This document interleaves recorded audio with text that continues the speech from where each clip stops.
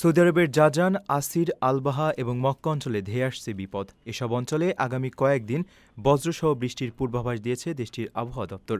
সংস্থাটির প্রকাশিত একটি অ্যানিমেটেড মানচিত্রের ভিত্তিতে আবহাওয়ার এই সর্বশেষ পরিস্থিতি জানানো হয়েছে। পূর্বাভাস অনুযায়ী মঙ্গলবার থেকে জাজান ও আসির সীমান্তের বিস্তীর্ণ এলাকা, আলবাহা ও মক্কার দক্ষিণাঞ্চলে বৃষ্টিপাত অব্যাহত থাকবে। বুধবার বিকেলে আভা এবং আসিরের উত্তর পশ্চিমাঞ্চলে হালকা বৃষ্টি দিয়ে শুরু হলেও পরবর্তীতে তা আসির জুড়ে ছড়িয়ে পড়বে এবং উত্তর পশ্চিম অংশে ভারী বর্ষণের রূপ নেবে। সন্ধ্যায় আভা ও এর দক্ষিণাংশের বৃষ্টির মাত্রা আরও কিছুটা বাড়বে। একই সময়ে আলবাহা এবং মক্কার দক্ষিণেও হালকা বৃষ্টির সম্ভাবনা রয়েছে। বৃহস্পতিবার শেষ বিকেলে আসিরের দক্ষিণাঞ্চলে সামান্য বৃষ্টির পর শুক্রবার বিকেল পর্যন্ত নতুন করে কোনো বৃষ্টির পূর্বাভাস নেই।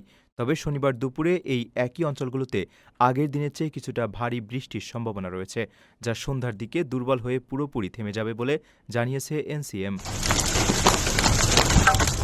নিজের একটি স্বপ্নের ফ্ল্যাট এখন আর স্বপ্ন নয়। প্রবাসীর সিটিতে শুরু হয়েছে ৬ বছর মেয়াদী সহজ কিস্তিতে ফ্ল্যাট কেনার দারুণ সুযোগ।